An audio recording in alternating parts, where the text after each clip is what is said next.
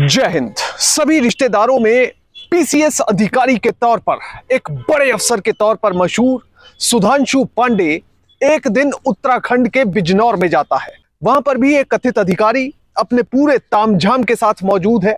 इस बीच एक व्यापारी, एक रेस्टोरेंट के मालिक की नजर इस अधिकारी पर पड़ती है। वो सीधा इससे बात करने लग जाता है। ओमवीर सिंह नाम का व्यक्ति इस कथित पीसीएस अधिकारी से पूछता है कि सर आप किस पद पर हैं, और साथ में उसका नंबर भी ले लेता है। दरअसल ओमवीर सिंह इस कथित अधिकारी से काफी इंप्रेस हुआ था। उसके बाद इस अधिकारी ने कथित तौर पर ओमवीर सिंह को 2 ठेके भी दिलवाए। इतना ही नहीं, और भी कई व्यापारियों को इस कथित पीसीएस अधिकारी ने कई ठेके दिलवाए, जिसके बाद व्यापारियों में इस अधिकारी का नाम काफी मशहूर हो गया था। पर एक दिन एक ऐसा खुलासा हुआ जिसको सुनने के बाद, जिसका पता चलने के बाद सभी के पैरों तले जमीन निकल गई। इस केस के बारे में आपको बताएंगे, पर सबसे पहले आपसे अपील कि आप लाखों की संख्या में हमारे वीडियोस को देख रहे हैं पर चैनल सब्सक्राइब नहीं कर रहे। इसलिए अगर यूट्यूब पर देख रहे हैं तो फौरन चैनल को सब्सक्राइब कीजिए, बेल नोटिफिकेशन ऑन कीजिए, कॉमेंट कीजिए और साथ में वीडियो को ज्यादा से ज्यादा शेयर कीजिए। और अगर फेसबुक पर देख रहे हैं तो पेज को लाइक कीजिए, वीडियो को शेयर कीजिए और कमेंट कीजिए। मैं जानता हूं ये वीडियो आप आखिर तक देखेंगे क्योंकि ये केस है ही बहुत दिलचस्प। अब बात करते हैं आखिर क्या है ये पूरा मामला। दरअसल ये पूरा केस सुधांशु पांडे नाम के एक व्यक्ति के इर्द गिर्द घूमता है, जो कि बचपन से ही पढ़ने में काफी इंटेलिजेंट था। घर वाले कहते थे कि इसे जरूर आईएएस या पीसीएस अधिकारी बनाएंगे, और हुआ भी कुछ यूं ही। साल 2013 में और 2014 में लगातार सुधांशु पांडे पीसीएस की तैयारी कर रहा था। 2014 में उसका पीसीएस का प्रीलिम्स क्लियर हुआ, जिसके बाद जैसे ही रिश्तेदारों को पता चला, घर वालों को पता चला, उन्होंने खुशियां मनानी शुरू कर दी। इसके बाद मेंस भी क्लियर हो गया और उसके बाद सारे रिश्तेदारों को पता चल चुका था कि सुधांशु अब एक पीसीएस अधिकारी बन चुका है। सारे ही रिश्तेदारों में, बल्कि पूरे इलाके में सुधांशु एक बड़े अधिकारी के तौर पर, एक रुतबे वाले व्यक्ति के तौर पर फेमस था।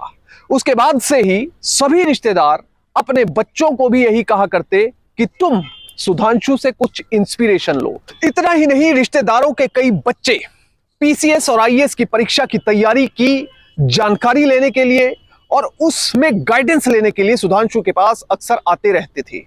फोन पर कई बार सुधांशु को अप्रोच लगाने के लिए रिश्तेदारों के फोन आते थे कि हमारा ये काम करवा दो, हमारा वो काम करवा दो।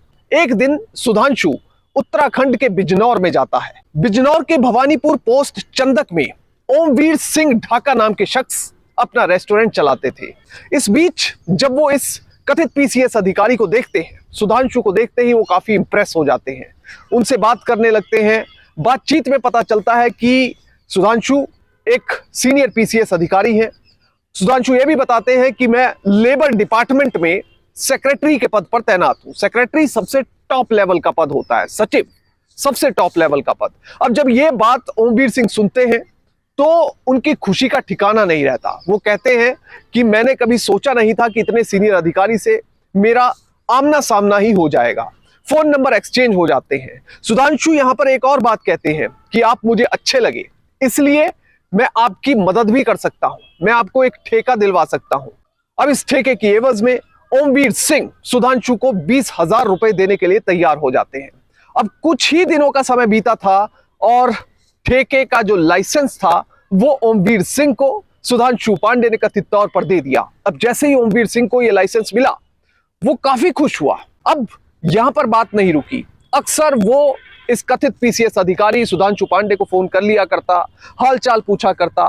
एक दिन बातों बातों में सुधांशु ने फिर से कहा कि अगर आपको एक और ठेका चाहिए तो वो मैं आपको दिलवा सकता हूं। इस बार ठेका बड़ा होगा। ठेका था 34 करोड़ रुपए का, जो सुनकर खुद ओमवीर सिंह के कान खड़े हो गए। ओमवीर सिंह ने कहा कि इतना बड़ा ठेका है तो इसकी एवज में पैसे भी ज्यादा ही मांगे जाएंगे। सुधांशु ने कहा, इस कथित पीसीएस अधिकारी ने कहा कि आपके लिए मैं पैसे कम करवा दूंगा, आपको सिर्फ 2 लाख रुपए देने होंगे, जिसकी एवज में मैं आपको यह ठेका दिलवा दूंगा। ओमवीर ज्यादा समय ना गवाते हुए कथित तौर पर 2 लाख रुपए 2 किश्तों में इस कथित पीसीएस अधिकारी सुधांशु पांडे को पकड़ा देता है। कुछ ही दिनों का समय बीता था और सुधांशु नाम के इस कथित पीसीएस अफसर ने ओमवीर सिंह ढाका को 34 करोड़ रुपए के ठेके का लाइसेंस भी पकड़ा दिया। अब जैसे ही ये लाइसेंस मिला, ओमवीर सिंह की खुशी का तो ठिकाना ही नहीं रहा।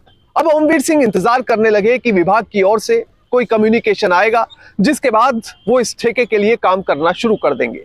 पर काफी समय बीत जाने के बाद भी कोई पत्राचार, कोई कम्युनिकेशन नहीं आता। इस बीच ओमवीर सिंह के एक रिश्तेदार उनसे फोन पर बात करते हैं। वो अपने एक रिश्तेदार को, जो कि खुद एक बड़े ठेकेदार थे, उन्हें बताते हैं कि मुझे 34 करोड़ रुपए का एक ठेका मिला है। अब जब ये रिश्तेदार पूरी डिटेल्स पूछते हैं तो वो ओमवीर को मिलने के लिए बुलाते हैं। ओमवीर अपने रिश्तेदार के पास मिलने के लिए जाता है, उन्हें 34 करोड़ रुपए के ठेके के कागज दिखाता है। पर जैसे ही ये कागज ध्यान से ये रिश्तेदार पढ़ता है, वो कहता है कि ये जरूर फर्जी कागज है, ये ठेके का लाइसेंस असली हो ही नहीं सकता।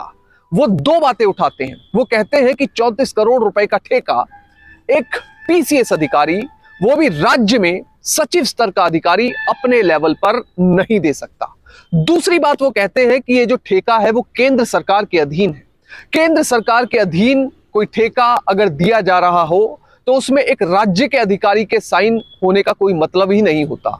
उसमें केंद्र सरकार के एक सीनियर अधिकारी के भी हस्ताक्षर होने चाहिए। तो यहां पर जब ये दो बातें इस रिश्तेदार ने बताई तो ये बात ओमवीर सिंह को भी समझ आ गई। अब दोनों का माथा जब ठनका, बस फिर क्या था, ओमवीर ज्यादा नहीं सोचता। उसके बाद वो सीधा पुलिस के पास मदद के लिए पहुंच जाता है।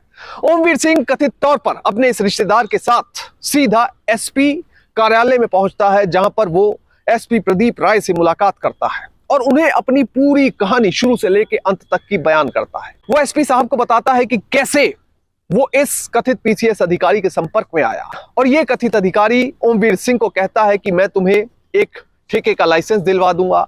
पहला लाइसेंस दिलवाता है, उसके बाद दूसरे लाइसेंस का लालच देता है, जिसकी एवज में वो 2,20,000 रुपए इसे दे चुका है। अब एक जगह ओमवीर सिंह पुलिस में अपनी शिकायत दर्ज करवा रहे हैं, पर इस बीच जो समय जैसे जैसे बीत रहा है, सुधांशु पांडे अपना काम नहीं रोक रहे हैं। वो अपना अधिकारियों वाला रुतबा लगातार इस्तेमाल कर रहे हैं।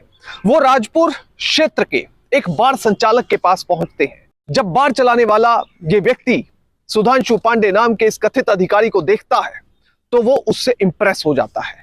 बातचीत होने लगती है, फोन नंबर एक्सचेंज होते हैं। इस बीच ये कथित पीसीएस अधिकारी इसको ऑफर करता है कि एक बार क्यों चला रहे हो, तुम और ज्यादा बार चला सकते हो और उसमें मैं तुम्हारी मदद कर सकता हूं। और उसकी एवज में इस बार संचालक से भी बड़ी राशि की मांग की जाती है। कुछ ही समय बाद ये बार चलाने वाला व्यक्ति इस कथित अधिकारी को पैसे पकड़ा देता है और उसके बाद इसे बार का लाइसेंस मिल जाता है।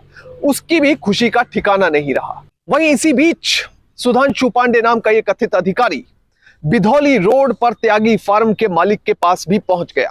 राजपुर थाना क्षेत्र में पड़ने वाले इस बिधौली रोड पर स्थित त्यागी फार्म हाउस के मालिक को भी यही बात कही गई कि आपको बड़ा कॉन्ट्रैक्ट दिलवाऊंगा, वो भी बिना किसी टेंडर की प्रोसेस के। उसमें सीधे आपके नाम ठेका लिखा जाएगा, जिसकी एवज में आपको 5 लाख रुपए देने होंगे। ये फार्म हाउस का मालिक भी कथित तौर पर 5 लाख रुपए इस कथित पीसीएस अधिकारी को पकड़ा देता है। उसके बाद इसे भी उस ठेके का लाइसेंस मिल जाता है। अब जैसे जैसे ये कथित पीसीएस अधिकारी व्यापारियों से मिलता जा रहा था, ये उनके बीच में फेमस भी होता जा रहा था, क्योंकि जो काम ये कहता वो काम पैसे लेने के बाद ये कुछ ही दिनों में करवा दिया करता और वो लाइसेंस भी उस व्यक्ति को पकड़ा दिया करता। अब एक बार फिर से मैं आपको वापस लेकर चलता हूं उत्तराखंड के बिजनौर के तत्कालीन एसपी प्रदीप राय के दफ्तर में बैठे हुए हैं ओमवीर सिंह ढाका, जो अपनी कंप्लेंट लेकर पहुंचे हैं। अब जब वो अपनी सारी बात एसपी साहब को बताते हैं तो वो सुनकर काफी हैरान होते हैं कि हमारे इलाके में आखिर ऐसा कैसे हो रहा है। वो फौरन राजपुर थाना क्षेत्र के अध्यक्ष को, अरविंद कुमार को कहते हैं कि तुम्हें इस मामले की गंभीरता से जांच करनी है। इसके बाद पुलिस गंभीरता से इस मामले की जांच में लग जाती है। एक प्लान तैयार किया जाता है इस कथित पीसीएस अफसर से मिलने का। प्लान के मुताबिक ओमवीर सिंह कथित पीसीएस अफसर सुधांशु पांडे को फोन करते हैं और वो कहते हैं कि सर मुझे आपसे मिलना है, आप मेरे से मिलने के लिए आ जाएं क्योंकि मैं कुछ और ठेके लेना चाहता हूं। जैसे ही सुधांशु को यह बात पता चलती है, वो मिलने के लिए समय भी दे देते हैं और एक जगह भी डिसाइड हो जाती है। सुधांशु समय के मुताबिक वहां पर पहुंच जाते हैं और जैसे ही ये कथित पीसीएस अधिकारी वहां पर पहुंचते हैं, वहां पर बड़ी संख्या में पुलिस सिविल वर्दी में तैनात थी। वो सुधांशु को अपने कब्जे में ले लेते हैं। जब सख्ती से सुधांशु पांडे से पूछताछ की गई तो यह पता चला कि वो कई लोगों से इस तरह से पैसे लेने के मामलों में संलिप्त है। जब सुधांशु पांडे के घर पर रेड की गई, उसके ठिकानों पर छापा मारा गया, तो कई विभागों के दस्तावेज उसके घर से ठिकानों से बरामद हुए। साथ में स्टैंप बरामद हुई, लेटर हेड बरामद हुए, जो कि एक आम आदमी के पास नहीं हो सकते। इसके साथ ही 10 कारोबारियों की तो लिस्ट बरामद हो गई, जिनसे कि यह व्यक्ति लाखों रुपए हड़प चुका था। सख्ती से की गई पूछताछ में पुलिस को यह पता चला कि यह व्यक्ति कानपुर का रहने वाला है और एक बहुत ही मध्यम वर्गीय परिवार से संबंधित है। पीसीएस बनने का इसने सपना देखा था, जो कि पूरा नहीं हो सका। मेंस भी क्वालिफाई कर लिया था साल 2014 में, पर इंटरव्यू क्वालिफाई नहीं हो सका, जिस वजह से यह पीसीएस अधिकारी नहीं बन सका। पर अपने रौब को कायम करने के लिए इसने सभी रिश्तेदारों को बोल दिया था कि मैं पीसीएस अधिकारी बन चुका हूं। इसके बाद समाज में भी ये ऐसे ही रहा करता था जैसे एक पीसीएस अधिकारी रहते हैं।